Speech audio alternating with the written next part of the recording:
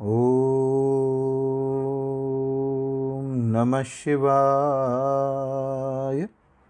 श्री शिव महापुराण रुद्र संहिता पार्वती खंड 33वां अध्याय।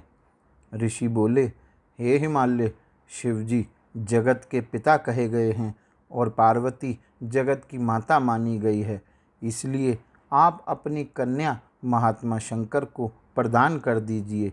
हे हिमालय, ऐसा करने से आपका जन्म सफल हो जाएगा और आप जगत गुरु के भी गुरु हो जाएंगे, इसमें संदेह नहीं है।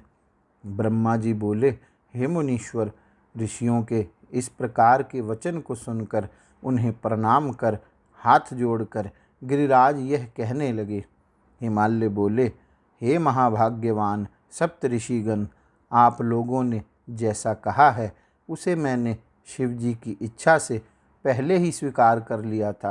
किंतु हे प्रभु, इसी समय एक वैष्णव धर्मी ब्राह्मण ने यहाँ आकर शिवजी को लक्ष्य करके प्रेम पूर्वक उनके विपरीत वचन कहा है।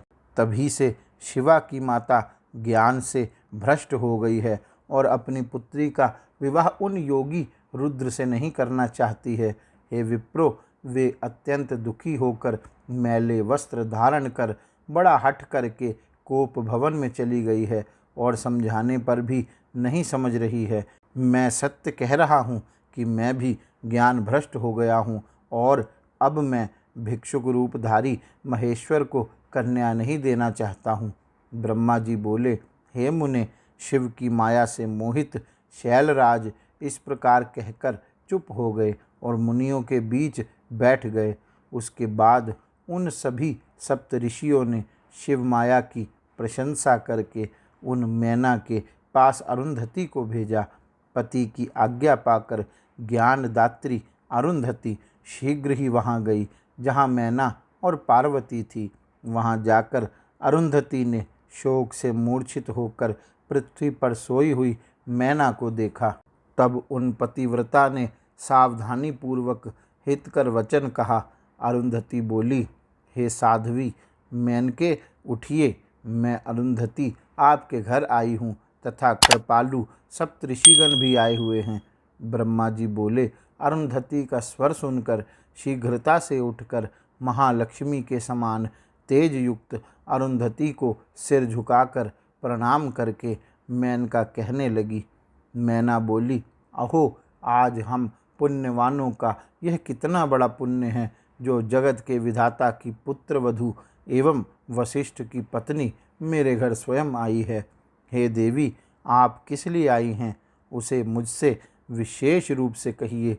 पुत्री पार्वती सहित मैं आपकी दासी के समान हूँ, आप कृपा कीजिए। ब्रह्मा जी बोले, जब मैना ने इस प्रकार कहा तब साध्वी अरुंधति उन्हें बहुत समझाकर प्रेम पूर्वक वहाँ गई जहाँ सप्त ऋषिगण विराजमान थे। इधर वाक्य विशारद सभी महर्षिगण भी शिव के चरण युगल का स्मरण करके आदर के साथ गिरिराज को समझाने लगे। ऋषि बोले, हे शैलराज, आप हम लोगों का शुभ कारक वचन सुने।